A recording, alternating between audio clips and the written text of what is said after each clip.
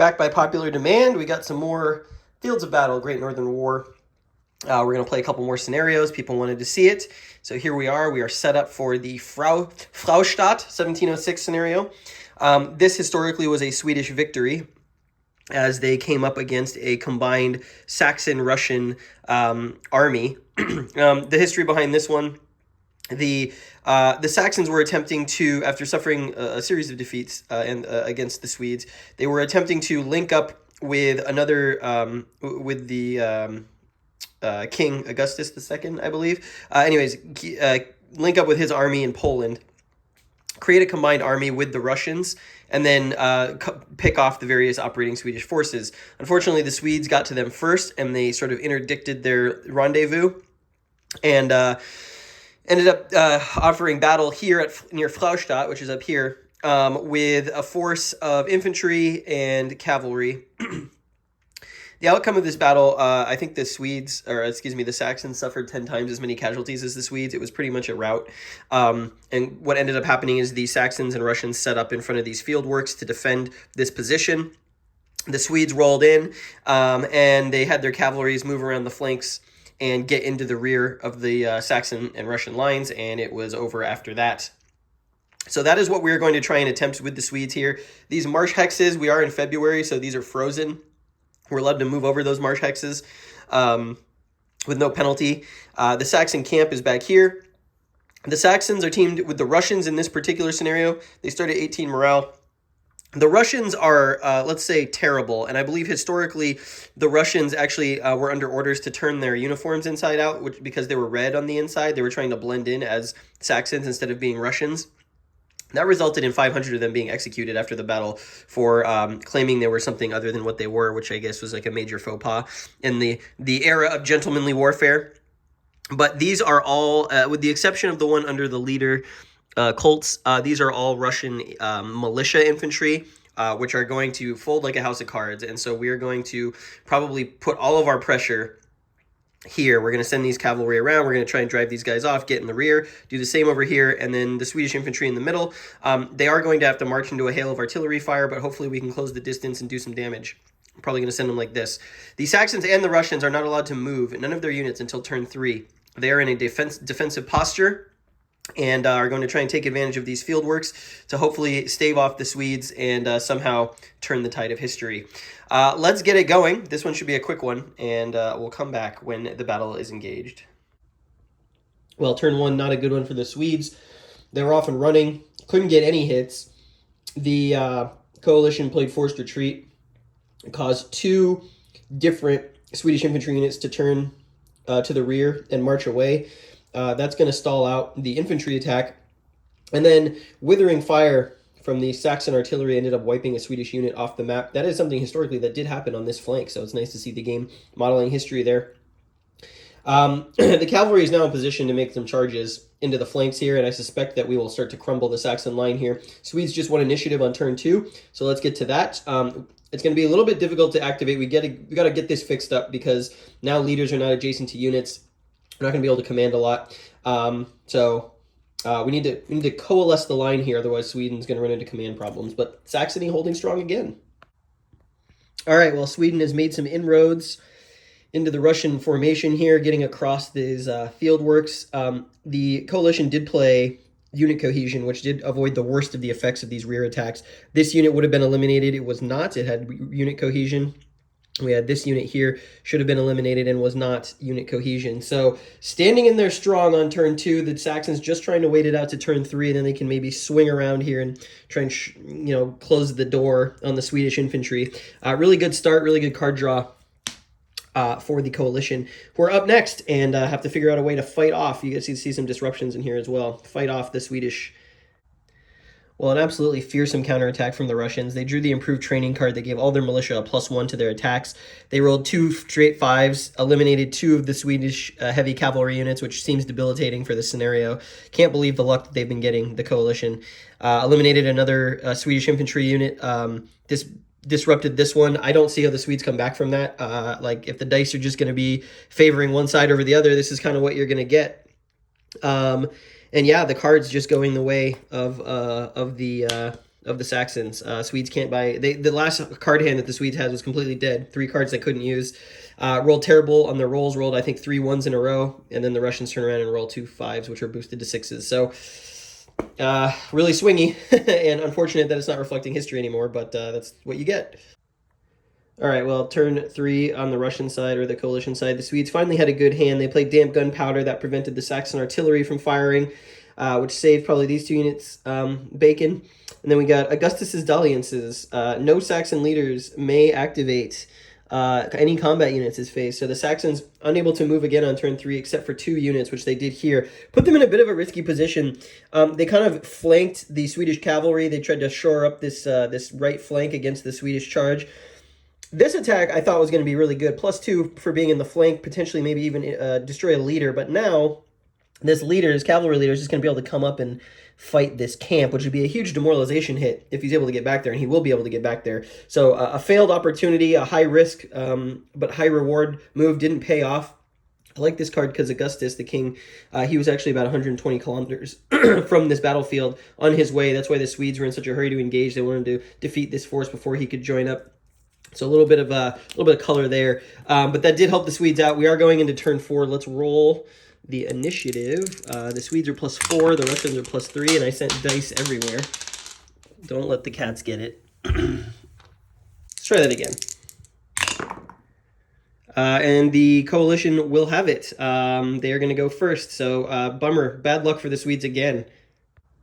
Well, once I can just roll 6s on command whenever they want, it's not really much of a fun game. The battle system really swingy. I'm actually discovering that the sort of limitations of the Swedes not being able to engage in range combat because of the Gapa doctrine is actually a liability and not an advantage, which is actually the opposite of why they used it in history, but it forces the Swedes to get into close combat. They can't fire from range while their opponents can, but there's no difference on the combat results between their opponents and the Swedes, and so basically it turns into a liability for them to forces them into a disadvantageous situation in any basically given scenario. And obviously when the dice are constantly coming up 6s for one side and 1s for the other side, there's not really much of...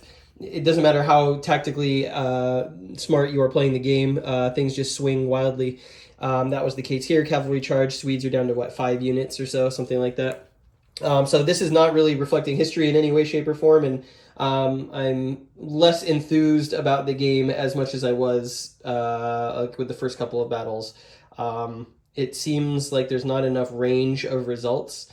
And this is kind of the problem I have with the Jour de Gloire series as well, that it's just like a binary combat system where it's either fail or devastating results. There's no great gradient of effect to combat units. And so the odds of combat is really messed up. It has really messed up effects on the outcomes of the battle. We're going to continue playing this through because obviously I'm almost done with it, but this one is like going sideways like this is not really that fun. Well, Saxon Horse Grenadiers on turn 7 completely annihilated Renneskild, and that dropped Swedish morale to 0. Really unimpressed with the outcome on this one. Just wildly swingy and super luck-based. The dice, just every time the Saxons and Russians rolled dice, it was a 5 or a 6. Every time the Swedish rolled dice, it was a 1. So you can see the casualties up there. Yeah, really mediocre, honestly. We'll do the next one, I guess, because I would like to have some fun today. All right, round 2, the Battle of Holowczyn. I believe is how you pronounce that, Holowczyn. This is the beginning of Sweden's invasion of Russia. And it's July 4th, 1708. In the middle of the night, Charles and his small band of forces coming up this road, they've seen the Russian army basically split into 2 camps. This one here, and then there's another camp over here with a big space in the middle. So Charles's idea is to come right down, cross this river, and envelop and wedge out both sides of the army so that the Russians can't join their forces. Now, this battle is the first battle in this box I play where we're going to have sort of a more dynamic reinforcement situation. As you can see, each turn we're going to get some more units coming on. The Swedes are going to come down along this road, and then the Russians are going to be coming in. Oops, sorry about that. Russians are going to be coming in along this edge, and then later, if the battle goes that long, from this edge over here. So the Swedes are going to have to be cognizant of the fact that the Russian forces off map are going to be entering. They're going to want to probably hold some of these crossings, these river crossings, stream crossings, to make sure that the Russians can't join up and threaten them. Charles is here with the sort of vanguard. He led the troops across the river from the front historically. And then 3 of Sweden's best leaders are going to come in on turns 2, 3, and 4 with a bunch of cavalry along this road. We'll see how we set that up. The Russians, under the command of Repnin down here, and Akita Repnin, he did a really bad job fortifying this position that he was ordered to basically stake out, and then when the Swedes approached, retreat.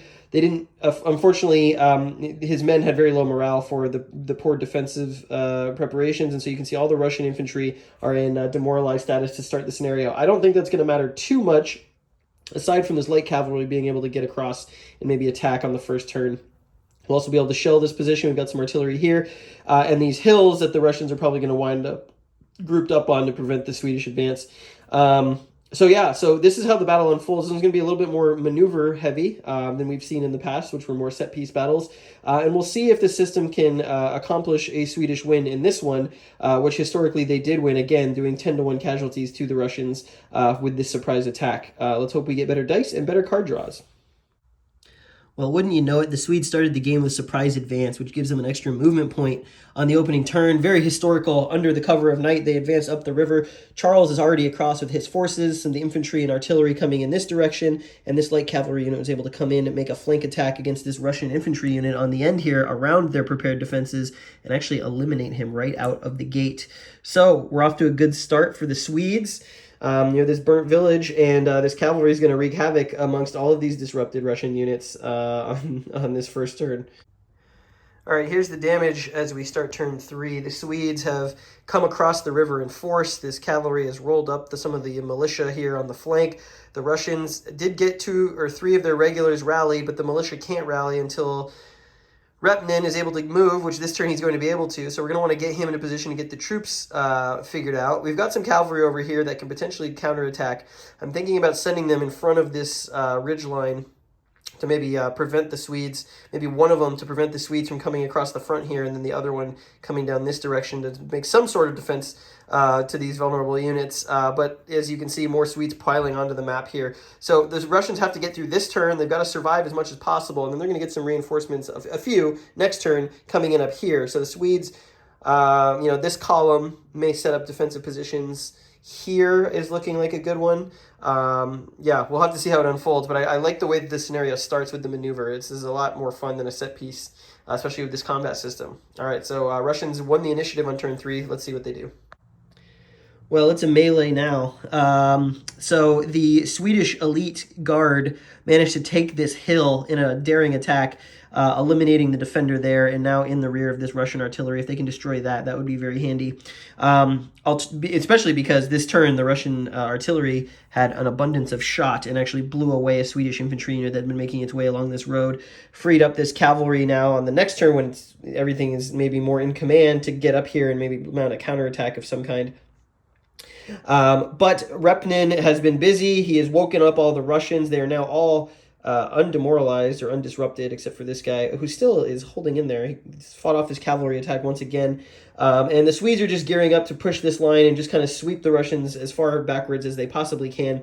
We also had a Russian cavalry unit from the other wing of the army come in this turn, and the Swedes are waiting for him there at this crossing. Initiative going to be critical to see who can get across, get to this hex first, because if the Swedes can do it, he's probably going to have to divert down this way, and if he does it, he might still divert down this way anyway, but it'd be nice to get in there and make an attack and kind of disrupt the Swedish defense here as we expect more Russians. Well, I think there's another Russian, there's another Russian infantry on turn 5. That's not a ton. I think he comes in here. But as you can see, this one a little bit more chaotic than some of the other ones, but I do like it. I do like it quite a bit. The Russians played improved training to try and fight off the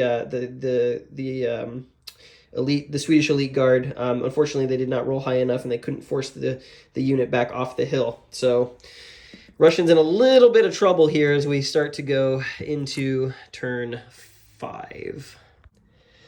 Well, Charles and his advanced force of Swedes, the elite guard, the elite infantry, and the Russians are kind of massacring each other over here. It kind of turned against the Swedes here.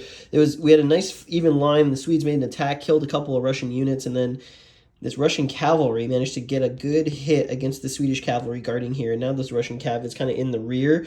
That's very dangerous for Charles, who's up on this hilltop with his elites, trying to put the nail in the coffin of Repnin. And then obviously we've got a cavalry unit here who's going to try and destroy and burn the Russian camp. That'll be a huge morale hit if they can make it happen. It's looking good. 2 dice plus 1 on the attack. The rest of the Swedes over here, we've had some skirmishing back and forth near on this part of the map as some of these Russian units come in. Pretty back and forth, although this Russian cav unit did disrupt this Swedish infantry unit here that was trying to push its luck. And so it's a little dicey. We don't have any more Swedish reinforcements, I don't think, until turn 11, it looks like. No, actually, there's no more Swedish reinforcements. So this is what we've got to work with, but a boatload of Russians coming on as we continue the scenario. We're headed into turn 7, and we'll see who wins the initiative. Let's roll that real quickly. It's going to be the Swedes, so the Swedes will go first, get a chance to fix their situation. Well, the Swedes definitely sealing the deal here. Charles and his infantry absolutely just crushing the Russian resistance, eliminating Repnin and the rest of his infantry. We've disordered the cavalry here with this cavalry attack. The camp is wide open. We're going to try and hit that next. And then over here, pike defense did save this unit, kept it from being eliminated by that cavalry. Swedes doing a really good job of scattering the Russians to the winds, and they don't have a leader right now, so that's going to make things very difficult. They're just trying to get some reinforcements, which they're going to do on this next turn. They're going to get a couple of infantry units, one of which is a militia. Those are going to be coming in at, what are we on, turn 8? Those will be coming in down up here at B. So they'll be marching in from this direction. So we may shift some of these Swedish units up. There's an artillery unit here. I want to get coverage probably in that direction. So we'll see how that goes. All right, onwards, turn 8. Well, with the Russian right wing, off-map wing of the army coming down these roads, this cavalry unit started to threaten this artillery as the defender had been wiped out. The Swedes played an orderly retreat to remove it, to push it backwards, although he's still going to get range combat against it, so we'll see how that goes right now.